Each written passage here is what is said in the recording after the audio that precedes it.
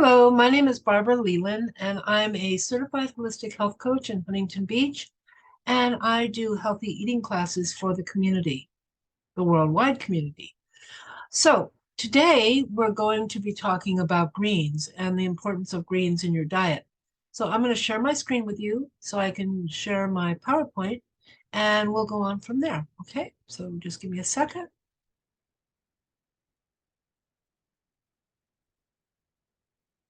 Okay. So greens, glorious greens, and they are super glorious. And we're told that we should eat the rainbow, and we should. We should, because all colors of fruits and vegetables have benefits. And all fruits and vegetables, no matter the color, have phytonutrients. Um, they have a lot of the different fruits and vegetables have benefits that overlap. So you might eat a yellow something and a red something, and they're going to have similar benefits, but they also have benefits that are unique to their color. So we're going to discuss today the green benefits, but first let's talk about phytonutrients. So phytonutrients, which are in all colors, are known as also known as phytochemicals. And what they are substances in the plant and fruit and vegetable itself that protects that plant from invaders such as bugs or viruses, bacteria, fungus, things like that. And these phytochemicals protect the plant. These chemicals or phytochemicals, when we ingest them, also protect us from invaders, just like they protect the plant from the bugs and the etc. They protect us from diseases. So the more phytochemicals that you can ingest, the more protected you are. Okay? So they're not essential. We don't need them for life sustaining, but you might as well call them essential because you need them for protection. So how many fruits and vegetables should I eat to get the phytonutrients that we're talking about? Well, minimum, you should eat 4 to 5 servings per day of fruit and 4 to 5 servings per day of vegetables. Minimum. You could eat more than that. I'd be totally fine with it. Um, and how much is a serving? So for fruits, one medium fruit about the size of a baseball or the size of your fist would be a good serving size. For raw leafy vegetables, a serving size is 1 cup. Um, and for actually, for other vegetables as well, when they're raw, if you chop them up, 1 cup. Raw leafy vegetables, if you push them down, 1 cup. So don't take a raw leafy vegetable, put it in a cup. That would be like 1 leaf of kale would be a cup's worth, right? But no, you got to push them down because they're too fluffy. Um, if you're concerned about having 4 to 5 servings per day of fruit because you have any sugar issues, then what you could do is you could eat less sweet fruits. For example, avocados, tomatoes, those are all um, fruits as well, but they aren't high sugar fruits, obviously. They do have some sugar, but they are not high sugar fruits. Also, some of the other fruits that have maybe a little bit more sugar but still in a good range, blueberries and other fruits like that. Um, so you can keep your sugar down by watching what kind of fruit you eat, but you still want to have 4 to 5 servings per day. So if the fruit is fresh, cooked, frozen, or canned, 1/2 cup. Same for the vegetables. If it's dried fruit, which is not necessarily what I would consider a good indicator of a serving because you're getting a lot of concentrated sugar in the dried fruit, but that'd be 1/4 of a cup. And fruit juice, again, not necessarily what I would consider a good choice for a fruit serving, but the fruit juice, it would be 1/2 a cup. The reason why I don't like the fruit juice as a fruit serving is because you're separating out the nutrients, which is the, um, sorry about that, which is the, yikes. Um, you're separating out the nutrients, which is the vitamin C, for example, in orange juice, but you're not, and you're also separating out the sugar. So you're bringing in vitamin C with a lot of sugar, but you're not putting any of the other parts of the fruit that helps you process that sugar or even helps you better digest and process the vitamin C. So you're not bringing in, for example, the fiber of the orange, which really helps your body process the sugar.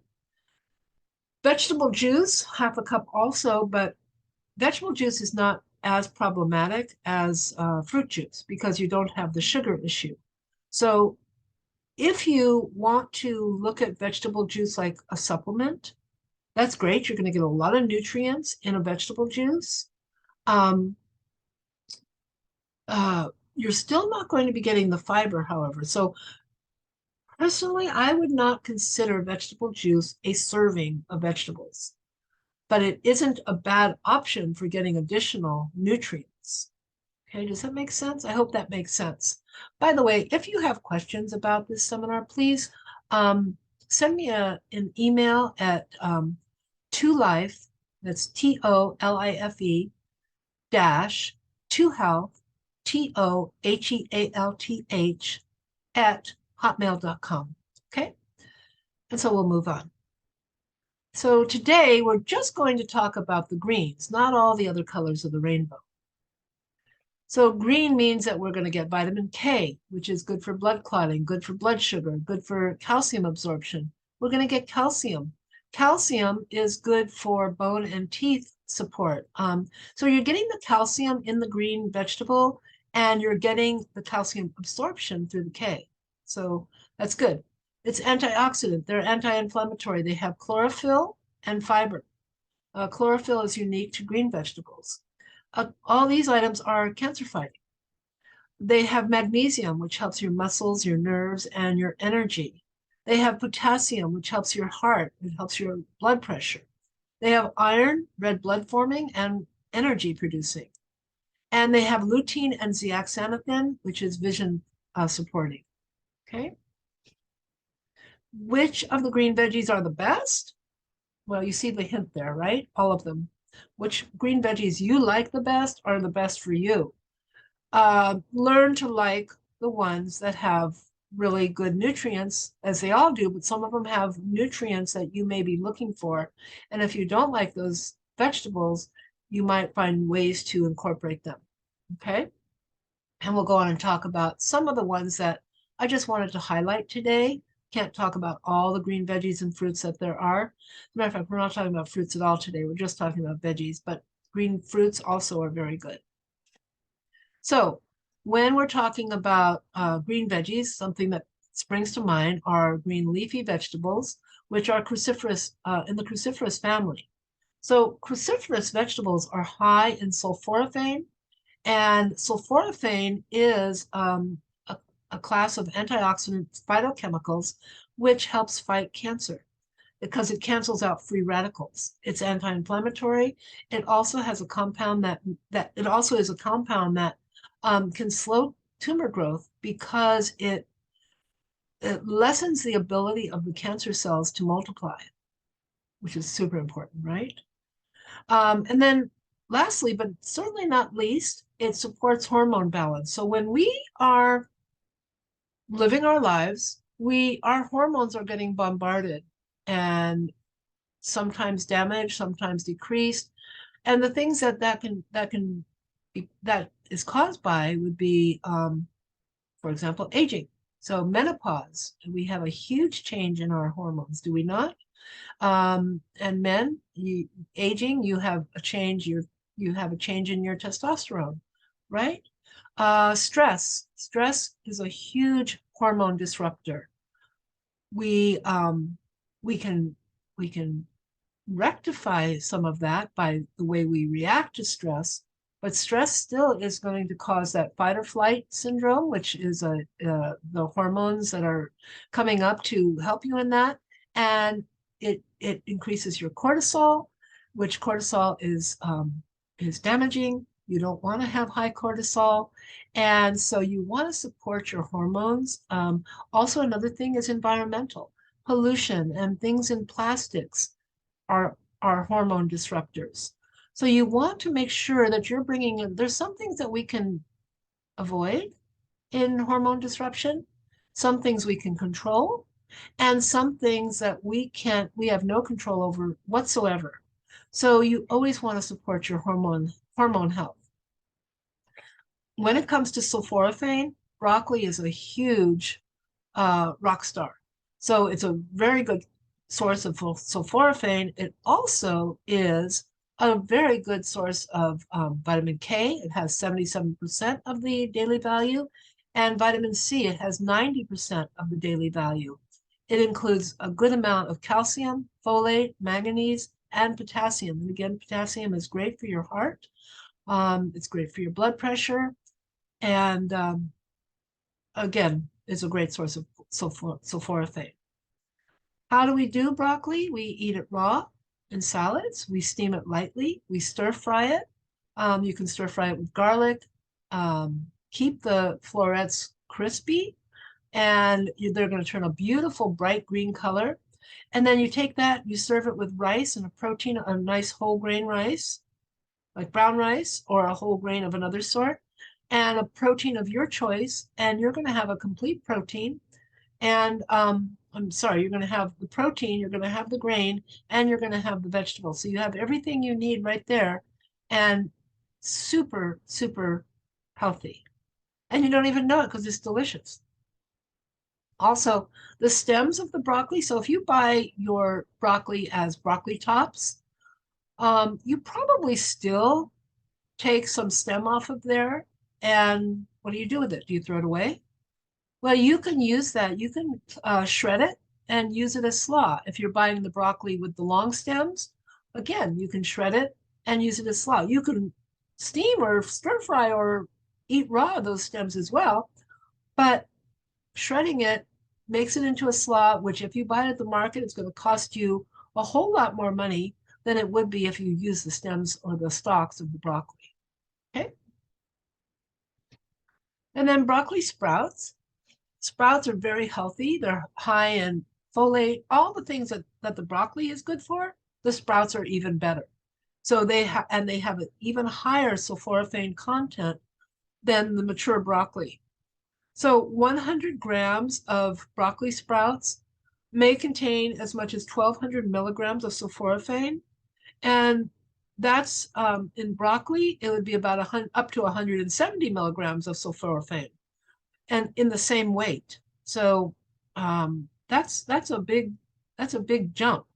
And it varies based on how you prepare the broccoli sprouts. So the broccoli sprouts, the sulforaphane is released when it's heated. But sometimes, I mean, you may not want to cook broccoli sprouts because there's a lot of things in the raw vegetable you're getting that you wouldn't get if you cook it. Also, you're reducing the enzymes, you're losing some nutrients. So even though you have greater availability of the sulforaphane, you're losing some other things. So I think it's a good trade-off to eat them raw in salads and sandwiches and things like that. Eat them raw and then um, uh, excuse me, and then lose some of the sulforaphane. Um, but you're still going to get even if you cut that sulforaphane in half and you got 600 milligrams in a cup of sprouts, that's a good amount of sulforaphane. So let's look at another way that we could eat those broccoli sprouts or ingest those broccoli sprouts. And that's called a broccoli shot. So they're called broccoli shots broccoli shots on the market. But I thought if you can buy that, you probably can make it. And yes, you can. So here's a recipe for a broccoli sprout shot. And it's a half a cup of broccoli sprouts, a half a cup of filtered water, a pinch of sea salt, juice of 1 lemon. And you put everything in a high-speed blender. You mix it up. It's going to be a beautiful bright green color. And you're going to shoot it down. And the lemon is for taste, but it's also for your immune system. So that's a real good factor there. And it helps emulsify the broccoli sprouts. So that's a great way to get your broccoli sprout um, uh, allotment. But also, if you don't have time to do that, or if you're like, I don't have time in the morning, I don't have time in the afternoon, I just want something easy. Well, the broccoli shot that they sell on the market is a good option. I don't think it's as good as doing this, but if you don't have time to do this, and you're not going to do it because you don't have time, then that's a good option, right? Because you wouldn't be doing it at all. It's a powder. They've taken the broccoli, they've dehydrated it and powdered it, and then you add water to it, shake it up, and you drink it right there. It's dry until you add the water, and then you drink it. Kind of activates everything again. And so that is a good option if you don't have time. It is in plastic, which I'm not crazy about, but there you have it. Okay, so you can make your own, or you can buy them in the store already pre-made. Microgreens are different from sprouts. So think of the sprout as like the embryo or the chicken egg, right? But then the microgreen is the actual baby plant. So they are even higher in nutrients than the sprouts, which are higher in nutrients than the broccoli, right? And they have even more sulforaphane. The difference is, though, you're going to have, it's going to be a stronger flavor. They're delicious. I find them delicious. But it's going to be a stronger flavor in the microgreens than it is in the sprouts. But you could take these and add them to your sandwiches. You can use them in your salads, use them as a garnish for soup. If you use them as a garnish for soup, you might want to chop them up because they're a little bit too, I've tried it, and it's a little bit too chewy in the soup for some reason. Too much stem. So chop them up like you would parsley. Okay. So moving on, there's more to life than broccoli. Hard to believe, but yes, there is more to life than broccoli. So we have beet greens, and the greens of the beet are super edible. They're full of vitamin K. They have calcium.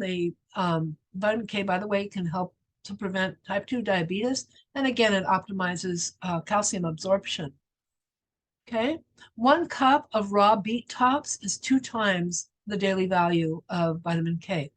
So beet greens, right? It's like, why would I eat beet greens? They chop them off and throw them away. No, you do want to, and not only do you want to eat the beet greens will help you determine the freshness of the beets that you're buying.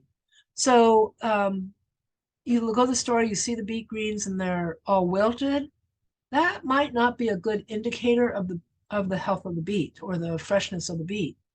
But you go and you have these beet greens that are beautiful, green, vibrant, crispy looking. That is a good indicator that those beets are nice and fresh. Okay. And then to boot, you eat them and get all these nutrients, and it's like super duper. So how do you do beet greens? You can steam them until they're just wilted. You might want to chop up the stems first, steam those first a little bit, and then just steam the greens a little bit, just until they're wilted. Or you might saute them with garlic and olive oil. You could also add them to frittata or soup or pasta. Delicious, really delicious. They're a bitter taste, like bitter greens. Bitter greens are great for your digestion, and it's just very good. Cabbage. So cabbage, green cabbage, because we're talking about greens today, green cabbage is high in vitamin C and K, anti-inflammatory, helps your digestion, helps to lower blood pressure because of the vitamin K and the potassium, and it helps to support healthy cholesterol levels. So green cabbage is great for you, and you're going to get chlorophyll in the green, right? Because all the vegetables have chlorophyll. But red is super healthy too. So when we're not just talking about green vegetables, make sure you get that red cabbage in too, because it has even more phytochemicals than the green cabbage, and does have some other nutrients that a little bit higher than the green. Okay. Carrot tops, again, another thing that, you cut them off and throw them away, right? No, you don't want to do that. And the same as beet tops, you're going to see that the carrot tops will indicate the freshness of the carrots. So carrot tops are bitter greens that aid digestion. All bitter greens aid digestion. They have more vitamin C than the actual carrot. They have potassium, calcium, and phytonutrients again. So when you purchase carrots at the farmer's market, for example, don't let them chop them off and throw them in the big box behind them which I don't know what they do with that later. Maybe they take them to the horses, or maybe people buy them for their horses. I'm not sure, but they're good for you too. And I think the horses will still have plenty. Um, they're very good for you. And so you don't want them to cut it off. When you get home, you cut them off and you wash them well. So you're going to soak them, wash, rinse them, soak them, rinse them. And then the way I store the tops is I store them with the stalk in a like a glass of water and in the fridge covered. And then the carrots just go in the vegetable drawer. Okay, and that also helps prolong the life of the carrots because when you leave the tops on, the nutrients are continuing to go to the plant. The carrot's a root, remember? So the root is sending nutrients to the plant. So you do want to chop that off when you get home so your carrots stay nice and full of nutrients, but don't throw away the greens. What should I do with them? Well, you can make a pesto. You can use the carrot tops instead of basil and use that with zucchini noodles. Toss it with zucchini noodles. The pesto is delicious. You could also use them instead of parsley in chimichurri. And the chimichurri you can put on vegetables, or you can put on fish. Very good, very tasty. I have on my website, I have recipes for both pesto and chimichurri, not using carrot tops. However, in place of the basil, in place of the parsley, use the carrot tops sometimes and see how it comes out for you. Dandelion greens. You're like, wait a minute, gosh, you're giving me all this stuff that I normally throw in the trash. Dandelion greens, they're a weed and they grow in my yard and I'm constantly pulling them out. What about that? And yeah, isn't it nice that we have something that's so good for us that grows like a weed? So dandelion greens are anti-inflammatory, they're antioxidant, they lower blood sugar, they're high in potassium, so they help lower your blood pressure.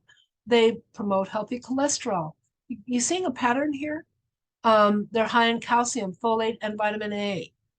Dandelion greens are not just a weed. They're very good for you and very delicious. So what do I do with them? Well, you can chop them up and you can make a salad out of them. That's what I normally do with dandelion greens. Um, when I'm doing a salad with dandelion greens, I'll toss it with some olive oil and some lemon, or some olive oil and some balsamic vinegar. I use a nice fig balsamic vinegar that I like a lot. Um, you can throw in some garlic and avocado. So the avocado will help to balance the bitterness of the greens and so does the olive oil. And then when you this dish here, this has garbanzos and couscous, whole grain couscous. So not the white couscous. You want to get the whole wheat couscous, or you could do it with quinoa. You could do it with brown rice, whatever you like, whatever whole grain you like. I happen to like whole grain couscous in this dish, but you can take it, toss it together with the garbanzos and the whole grain, and you're going to have a complete protein. Then you're going to have all the nutrients that are in the dandelion green, and what a powerhouse you have for lunch or dinner. Okay?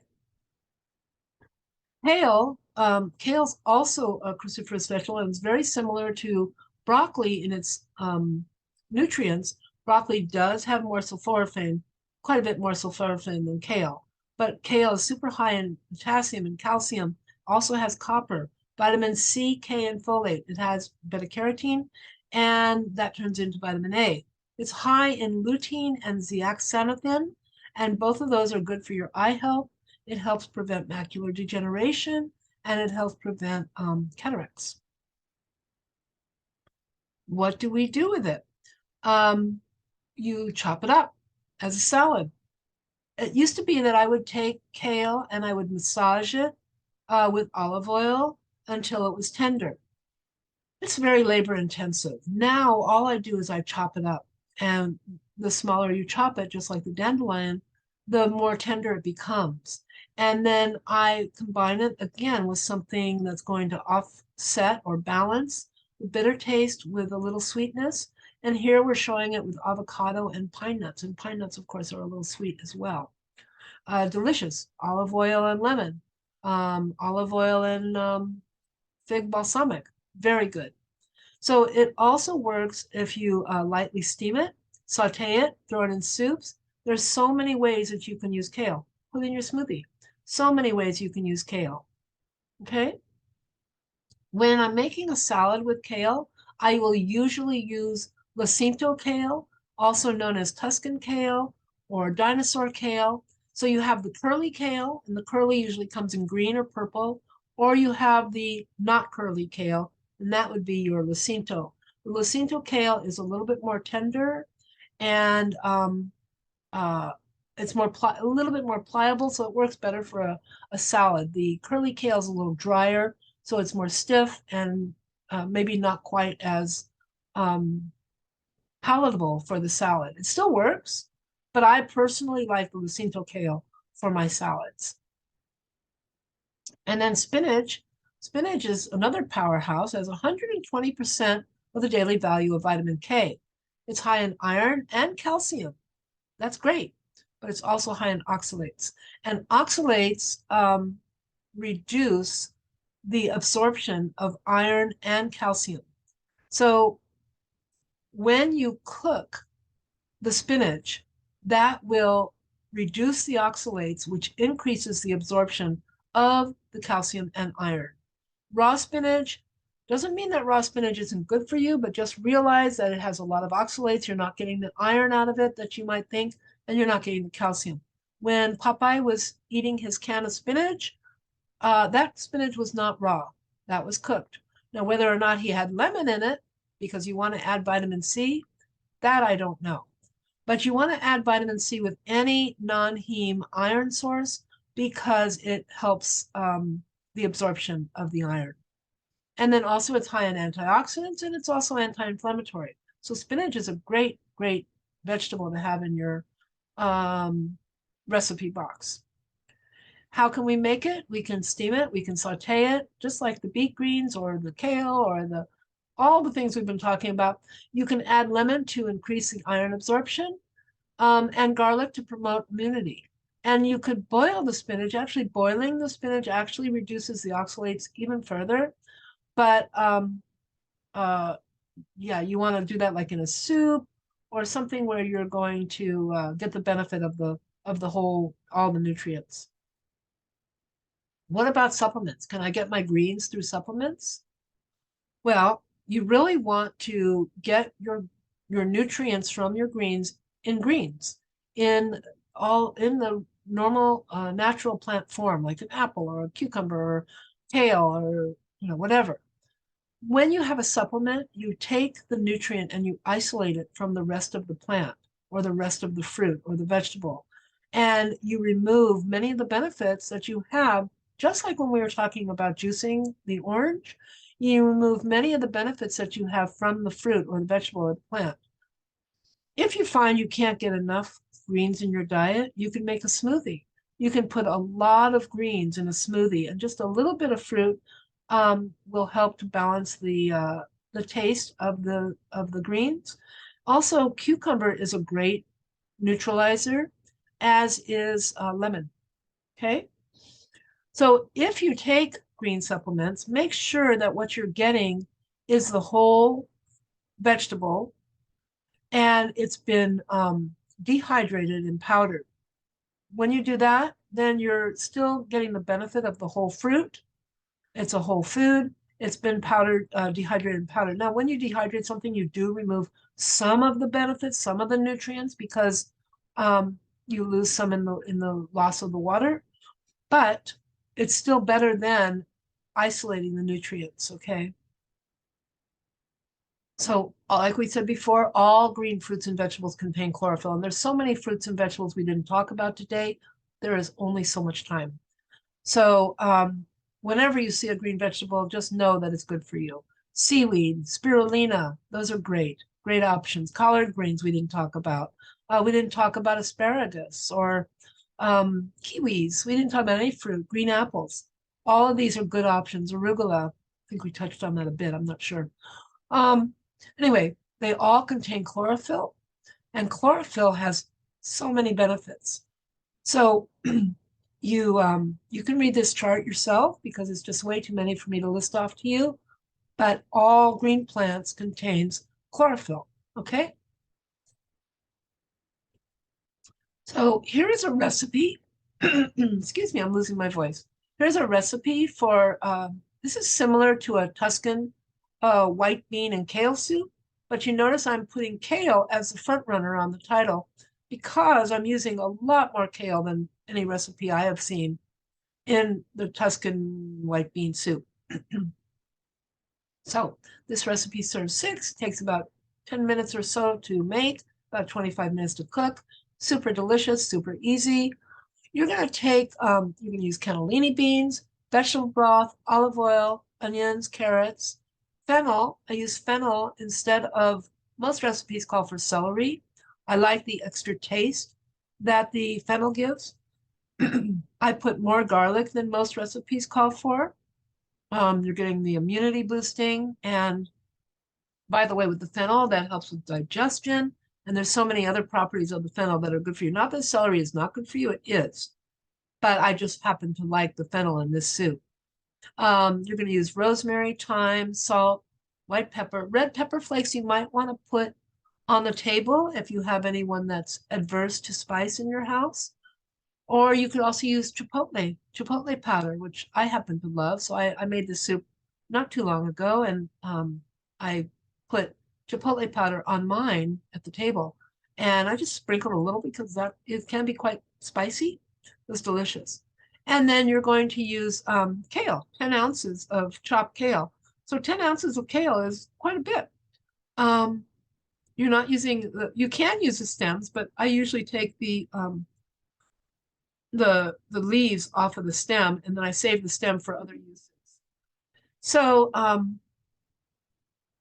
uh, you're going to use for the garnish, you're going to have parsley, paprika.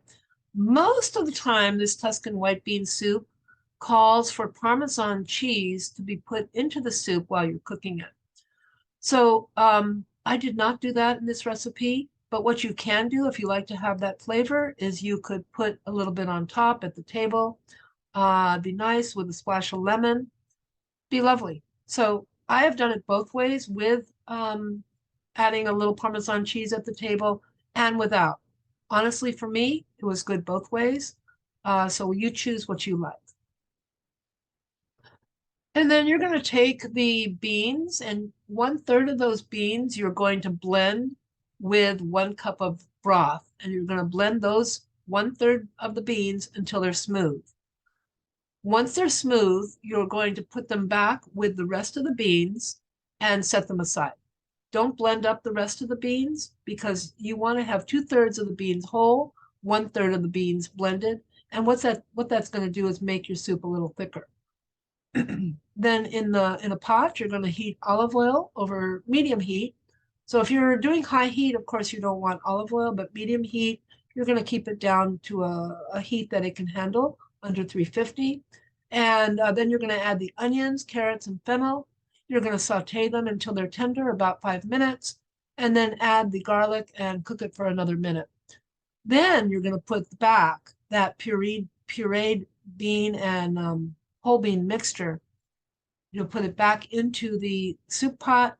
You'll put the broth, rosemary, the seasonings, and you let that simmer for 15 minutes. When it's nice and hot, then you're going to take your kale, your chopped kale, put it into the pot. You've turned the fire off. Okay, the soup's nice and hot. It's simmered for 15 minutes. Turn the fire off. Put the kale in the pot and then close the lid and let it steam for like 10 minutes. Once 10 minutes is up, you lift the lid and you stir the kale, just stir it up into the soup, and it's going to be nice and wilted, but it's not going to be overcooked. You can add extra salt and pepper then if you want, if you find it necessary, or just serve it at the table. I usually undersalt my food when I'm cooking, and then allow people to, give people the option to put salt on at the table. Then you serve it, and then you can garnish it with the paprika and a little fresh parsley chopped up, or you could use those carrot tops like what we were talking about. You could use that's when you could put the lemon if you want, and you could also put the Parmesan cheese if you like. Okay, or maybe a little bit of chipotle if you like. And the recipe is on my website, and here is the web address. So go ahead and you can visit me on my website for this recipe and others. So do you have any questions? If you do, please send them to 2life-2health@hotmail.com and visit me at my website at www.2life-2health.com. So I'm going to stop my screen share now. And that's it. That's it for this presentation. And I hope you found some interesting facts about greens and that you'll be increasing your green consumption. And until then, I'll see you on the next healthy eating discussion. Okay? Thanks so much and be healthy.